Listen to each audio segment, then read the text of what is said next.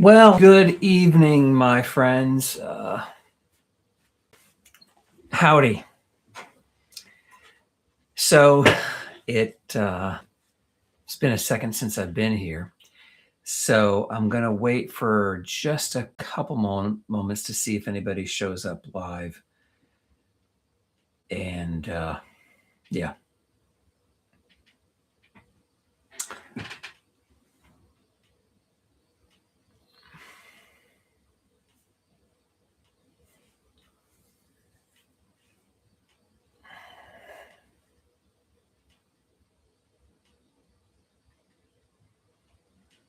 I was telling somebody over the weekend about this page and how about the time I got swatted. And so that's why I kind of do these. I just on a spur of the moment, they're live because it was when I announced it early that I was going to be going live a few hours later. That's when the police showed up. So I gave whomever was behind it time to do everything. So anyway, this is part of the downside of being spur of the moment. But so there's at least one person here. So welcome. Hope you're doing well, whomever you might be. So I'm going to go ahead and share a little bit about what happened. So the past couple weeks, I've been in Tennessee, which is my favorite place in the world, frankly. I was in the Chattanooga area quite a bit towards the end of February and here at the beginning of March, down there to help a friend out, and that's fine. It's about an 8-hour drive from here to there. I enjoy driving, and I've been making that drive for 30 plus years. As I've said in the past, I used to live in the Chattanooga, Cleveland, Tennessee area. I have family and friends there. I attended A.W. Spalding Elementary School for my 8th grade. I was at Collegedale Academy my freshman and sophomore years, my junior year at Ooltewah High School, and then my family moved back to Ohio, where I graduated from Mount Vernon Academy. So so I love that area of the United States. And so when a friend asked me if I could help, I was happy to do that. And I was down there again, my wife and I, just this past week. And I'm going to tell you about what happened. So I was staying in an area of Chattanooga. There's a large mall there called Hamilton Place Mall, and there are a number of hotels in that area. And so one morning, I walked to the elevator, and there's a woman and her adult son waiting on the elevator. We wait for a moment for the elevator to arrive, and my phone rings. I'm like, what? And I look at it. I'm like, what is this? And it was actually my wife's phone. I'd accidentally walked out of the hotel room with her. And so I immediately just left the elevator and ran back to the room in case she needed that phone. It was at that point in time, I'm like, I'm just going to take the stairs. To walk back there is just way too long. And so I hit the stairs and went down, and my wife was asking me to get her a waffle. So I go down, I go through the whole process. I get the waffle. It looks fantastic. Why wouldn't it? And I finish, and now I'm heading to the elevator because I'm fine going down 5 flights of stairs, have no desire to go up them. So I find myself at the at the elevator, and the same woman and adult son are now walking towards me. They're going to go up in the elevator with me. And something I've found out about myself, especially on this trip, is I'm not sure how familiar you are with the Progressive commercials about young homeowners who become their parents. And so they always talk to the valet. They talk to people at the gas station. Look at that hot rodder. There's a reason they don't call them a clean bike. Am I right? Like I am that guy. I am a 56-year-old man, but I feel like I have to make these conversations. If there's ever silence, I'm uncomfortable with it. And so, with that in mind, as soon as I'm in the elevator with these two people, I begin to kind of just strike up a conversation. It's 5 floors. We're both going up, and so I think the conversation started with I can't even remember how it started, but at some point in time, I'm always curious, like where people are from. You'll meet people from all over the world, especially, coming through Chattanooga. A lot of people are heading down to Florida or back from Florida. So I asked where they were from, and the woman informed me that she was actually from Florida and was back in the area she was getting ready to move back up here. And I had shared that I was from Ohio, but I was envious, I think, and I was interested in I was jealous that she was moving back here. Well, why did you move away? And so I explained that, at a certain point in time, my it was work. My family, had work, and so we moved back to Ohio. And it's about this time that's about as much of the conversation in the elevator that we'd had. But it's about this time that we now step out. I'm thinking we're about to say, have a nice day, which is how these conversations usually last. But the young man who hasn't really spoken at all, out of the blue, says to me, "Are you an Adventist?" To which I almost instantly, without even thinking about it, say the word former. That's all I said, former. And now the mother's interest is very piqued. So now the mother is looking at me, and now I'm stepping out. And so she wants to know, well, why did you say former? So I'm now standing here in this hallway outside the elevator with a waffle for my wife and I think a banana and my cell phone. And I'm standing there and I'm having to decide, how am I going to do this? What is this conversation going to look like? What am I going to say? And so when she began, like, why did you say you're a former? I first off began by explaining, as I often do when I deal with an Adventist like this, I explained that I've often said I'm third generation Seventh day Adventist, but in reality, my wife and I were talking about it. I think it's actually fourth generation because I think it was my great grandmother who had my grandfather Jack. So she was an Adventist. Then my grandfather Jack, he became an Adventist. My mother was an Adventist, third generation. And then there's me, the fourth generation. So I always preface it with these two things: fourth generation Seventh day Adventist, and I add formerly an ordained elder. And I will sometimes even add who was preaching pretty much every other Sabbath. Hey, no problem, Chance. Good to see you, buddy. So I like to preface the whole argument or the whole conversation with that. Why? Why do I do it in that way?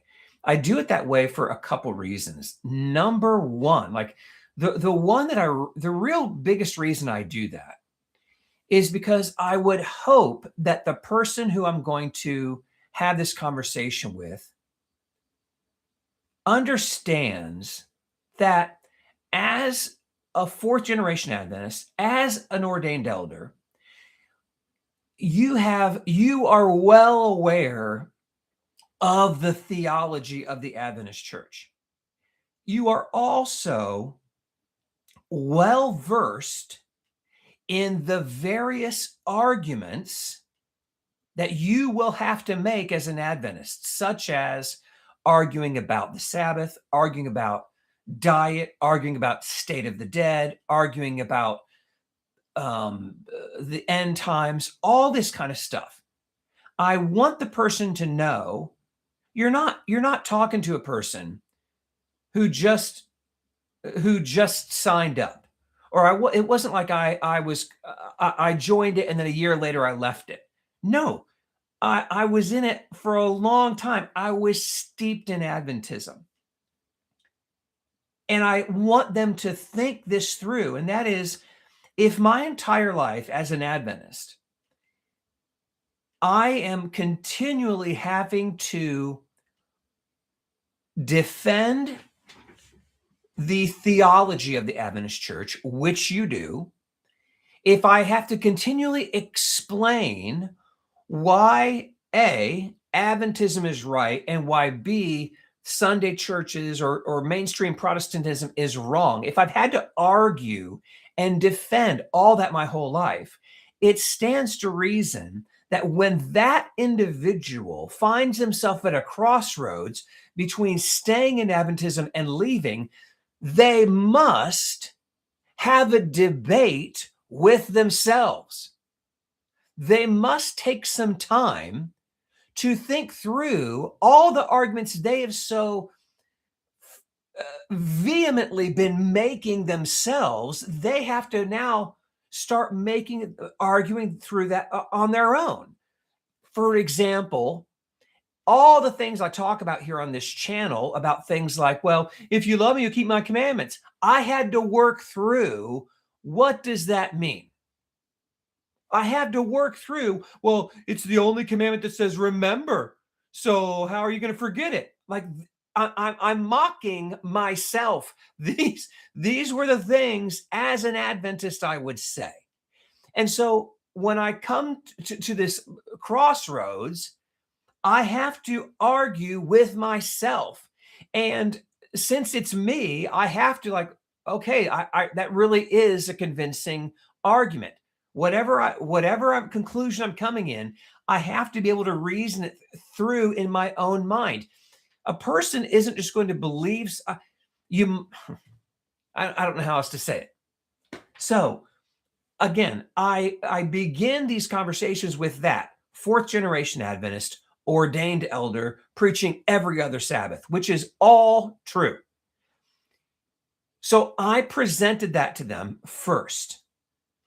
Again, the hope is that will click in their head, that they will know, oh, okay, he's thought these things through. The thought is that maybe that will actually carry some weight, that they're like, wow, if what he's saying is true, it wasn't just a one weekend flipping the switch and he's out. No, it's a long-term process. There's a great deal of thought, great deal of study, great deal of prayer that goes into it before you just walk away from all that.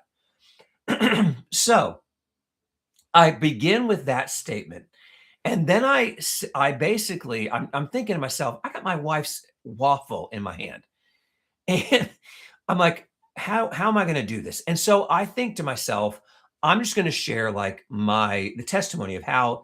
And so I begin to tell the story about the drive from work to home, 45-minute drive. Whereas when I leave, and by the time I get home, I'm convinced that it's no longer a sin that I eat pork. That was a ceremonial law that has all been done away with through Christ. And I'm under no obligation to do that. This story went in one of their ears and out the other. They did not care about that argument in the slightest. They then said, okay, so because the young man, I'll get back to him, because the majority of the conversation was between the mother and myself. I'm trying to think of what the next thing she brought up, but I explained to her that it took a long time for me to leave the Adventist church. I explained I've never used this kind of way of thinking before, but what I said to her and to him, I guess in my deep soul, I hope that they heard this, but I basically said, the internet is causing so much havoc on the Seventh-day Adventist Church that I don't know how they're dealing with it. I said, with all the channels that are out there that were not there when I was leaving, the number of channels that were out there, how Adventists are defending that, because there are so many strong resources out there that are doing a great job at showing the error of Adventist theology. I've made that point. The second thing I also said that I hope gives them some thought was I said, I said, I said, I'm not even going to get into Ellen White, because the fact that she was a fraud and a plagiarist and a false prophet is laughable for anyone to even defend it anymore. At this point in time, ladies and gentlemen, for an Adventist to still claim that belief in her prophetic gift, just unbelievable. Just unbelievable. I was very tempted to advise them to go and check out the page Test the Prophet. But I thought better of that. And so I did not. I did not mention my own channel either. It got, and again, standing there, waffle and banana in hand. My wife is hungry in the room, and I'm still standing there with these two folks. I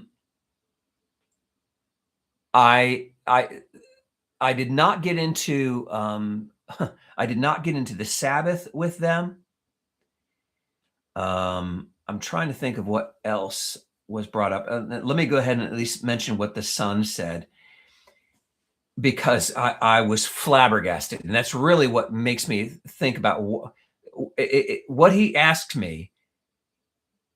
Answers why I prefaced the whole conversation with my credentials, because he said to me, "Have you ever heard of Amazing Facts?" Really? You... No, is that some new internet thing? Of course I've heard of Amazing Facts. I mean, come on, man. But he began this whole thing about Amazing Facts. You should check that out, because it really does go through and tell you how eating pork is a sin. Unreal. And so, actually what I did is I brought up to them, I said, I don't believe it's a sin. And I said, well, how do you explain to me how, when Jesus said, it is not what goes into a man that makes him unclean, but it has come out? And then I said, and tell me, what do you think Peter was talking about? What do you think that dream meant when the big canopy comes down? There's all the food, and the voice says, "Get up, kill and eat." And he says, "I've never eaten anything unclean my whole life." And he says, "Don't call unclean what I've made clean." I said, in the Adventist perspective, what you walk away from, what you walk away from in that story, is that it's saying that unclean things, God has now made them clean. Like, I don't know, the Gentiles, the three that were going to show up at Cornelius's house, or at Peter. Yeah, I think, or it was Cornelius's servants. That's the point, at Cornelius's house. Those were. So the point is, like, what you walk away from is that story is saying only Gentiles were considered unclean, but now they're clean. But all the food, that is the focus. It's the symbol. So your point is that the symbol remains the same, but the real thing, that's what changed. Like in my head, and I did not say it, but in my head, I'm thinking, do you not hear the stupidity? I'm not trying to be offensive here, but you don't follow the stupidity of that. To believe that symbolically we're saying that's dirty, but now you should. That hurts my brain. That hurts my brain. And so when I said that, that's when he wanted to bring up, Amazing Facts says that it's really a sin, which is really just stunning. which is again why I would say, like, do you think somebody who had been a fourth generation Adventist, an ordained elder, and somebody preaching every other Sabbath, you don't think that person had to work through pork? And my whole beginning statement, now granted, I didn't get into the whole story of my conversion. I literally, again, waffle and banana. I'm having to shrink all this down to say, listen, I had this God moment where in 45 minutes, my worldview had started to shift. That was pretty significant. And so at some point in time, I'm thinking, I just need to end this. How can I end this? And so I asked the question, have you ever read the book Galatians? I want you to read the book of Galatians. Why am I doing this? Because I realize this conversation's going nowhere. I don't know how many of you have had conversations like this with family or friends or strangers in this instance, where it's clear they're not moving. And please don't hear judgment in that, because this is honestly my sincere belief. I don't doubt for 1 second that I have been in conversations just like that one, and I stood in the shoes of that woman and her adult son. Meaning, I don't doubt at all in all my years when I was an Adventist that there was a Sunday keeper that I tried to start a debate with, and I walked away smugly thinking I showed them, and they walked away praying that God would open my eyes. I firmly believe that. And so I'm not upset with them. I'm generally not. The reality, I believe, is this. I believe that God is sovereign. And I believe that there are blinders on people's eyes. And it is a God moment when he determines when those scales will fall off their eyes.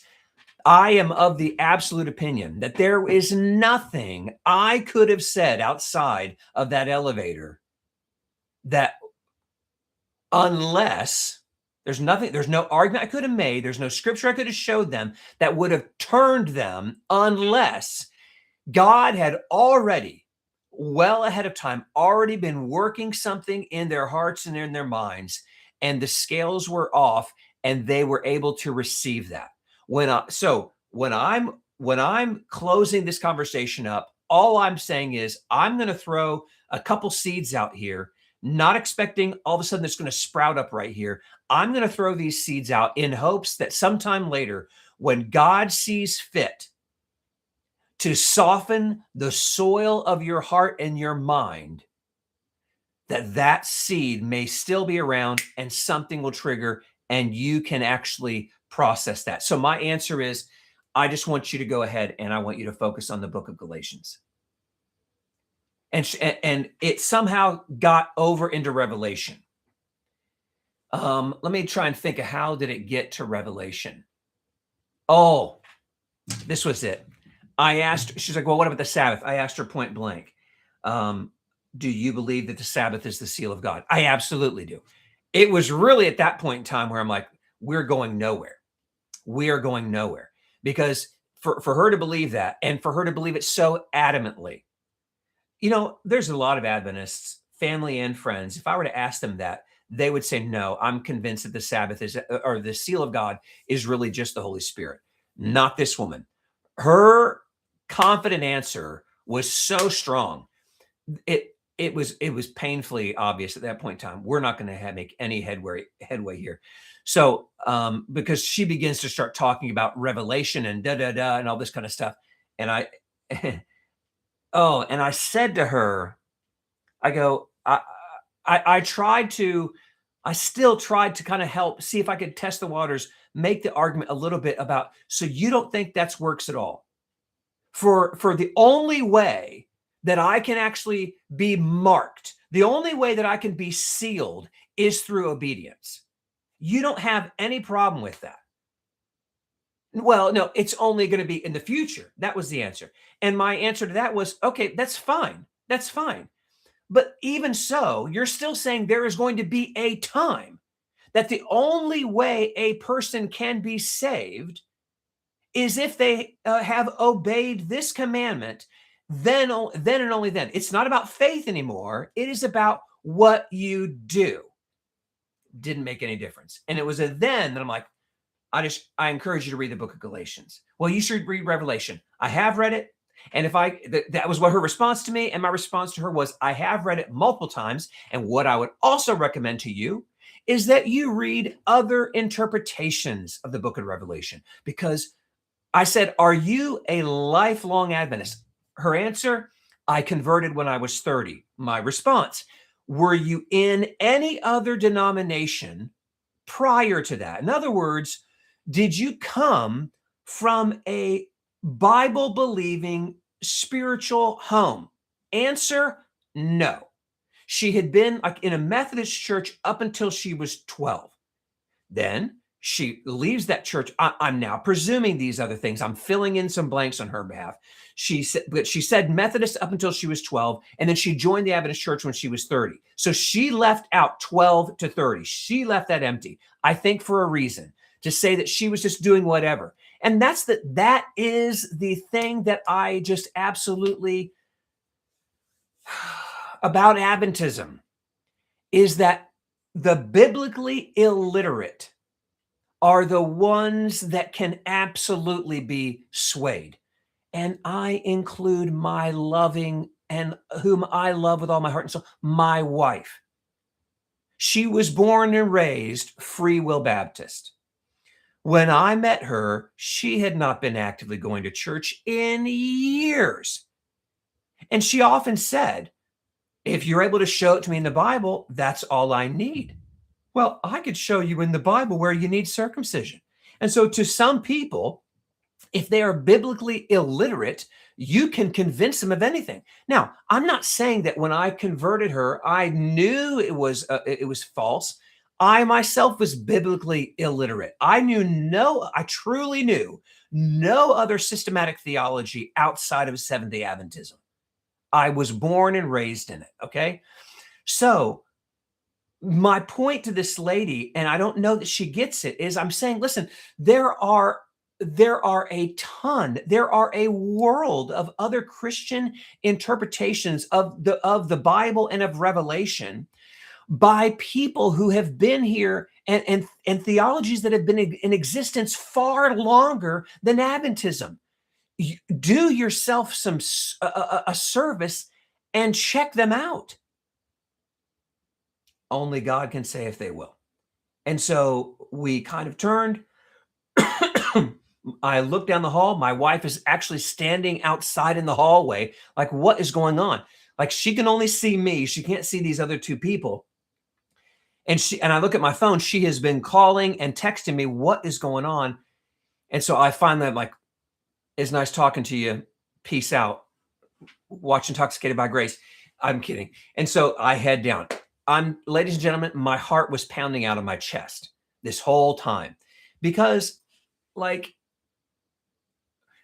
there are occasions where I know I'm going to be encountering an Adventist, and I have kind of time to collect my thoughts and know which way I would like to guide or direct the conversation, or, but this, like, I had nothing to do with the creation of this conversation. This was them. And like, somebody asked me, why did he ask you if you're former Adventist? Or why did he ask you if you're Adventist? I have no idea. I'm literally one exit south of the Collegedale exit. I think it's one. I'm a couple exits south of there. So, but why he thought to ask me if I was Adventist, I have no idea, because I promise you, between floors 1 and 5, I hadn't said anything about Wham or Ellen White or the Sabbath, nothing. I didn't mention the schools I went to, anything. So I couldn't tell you why he asked that question, but it was them. Like, when I said former, They could have went, "Oh, okay," and went to their room and began praying for me or whatever. But that's not what happened. They continued to ask me questions. And so I felt obligated. Truth be told, I probably would have had a longer conversation with them if it weren't for my wife. Um, Maybe I wouldn't have. I don't know. But my heart was really racing. I just wasn't expecting it. I wasn't expecting it, but alas, it came for me anyway. So that's the story of the strange encounter I had with Adventists. Um, I will tell you a second story that occurred. Um, it wasn't really a conversation that I was prepared for, um, but I knew. You ever talk to somebody and you listen to them for a little bit, and you can figure out pretty quickly if they're an Adventist or not, especially when you start discussing anything theological.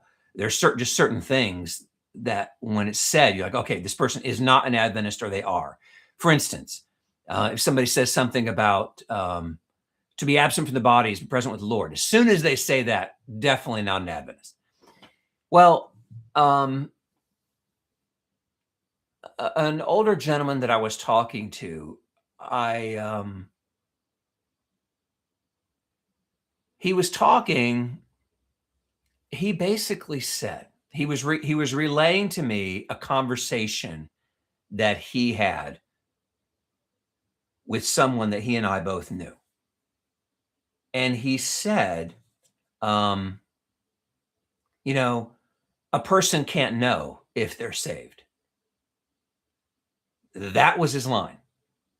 A person can't know that they're saved, and literally, the moment those words were uttered, two thoughts went through my mind. Number one, Adventist. Number two, I'm not arguing. I'm not arguing with this guy. And he began to say that nobody can know that they're saved. And he began to just speak total righteousness by works, talking about you have to do the very best that you can. You have to just be a good man. And and believe me, ladies and gentlemen, I'm wrestling the whole time this conversation is going on with asking myself, do I quote First John where he says, "I write these things so that you may know that you are saved"? No? It was not the right time nor the right place. Um, Again, I don't know that not everybody is ready. Not every Adventist is ready to. They're not open. And so for you or I to start poking, probably does more damage than it does good, because like I said earlier, they're absolutely not ready. But he just began to speak such works stuff, and all I could think about the whole time was, where's Jesus in that? Where is Jesus Christ, who has done for me what I cannot do for myself? Everything in your theology, and I'm not saying that every Adventist would agree with what this man said, but I have clearly heard this multiple times in Adventism. Maybe you have too. I don't know if you've ever asked a friend sometimes, like, if you were to die right now, what would happen? And they're quiet for a second and they start thinking through, and then you interrupt them, and what are you thinking about? And what they're doing is sin inventory. They're trying to think about, what sins have they not asked forgiveness for? What's the sin or sins that are going to keep me out of heaven? Because I think at the core of Adventism, they believe, you see, I guess I would say this. If I asked an Adventist this, I could say, Can a person go to heaven and they're disobedient? Can a person go to heaven? Or I'll rephrase it a different way. Can a disobedient person go to heaven? And I think if they're being truly intellectually honest about their theology, they're going to say no. And my answer is, you show me somebody who's not disobedient. Anybody. I'll wait. I don't care if it's Billy Graham or John MacArthur, Charles Spurgeon, Ellen White. You can't show me a Christian that isn't disobedient, because every single day we commit sin, and every sin we commit comes from a place of disobedience. But there are unknown sins. I grant you that.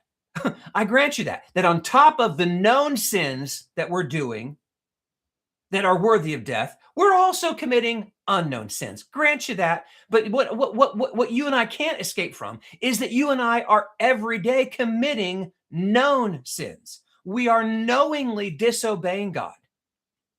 Now, it may not be in gross sin, such as adultery or murder, but Jesus said that when you look lustfully, when you wish ill, when you call them a fool. So for the Adventist, at the heart of it, it's really this belief that you have to obey. You have to obey in order to be saved. And if you do disobey, you have to immediately ask for forgiveness so it's clean. And my statement to that, ladies and gentlemen, is the gospel of Jesus Christ. The gospel that says God, before the foundation of the world, those his chosen, their names were written in the Lamb's book of life before the foundation of the earth.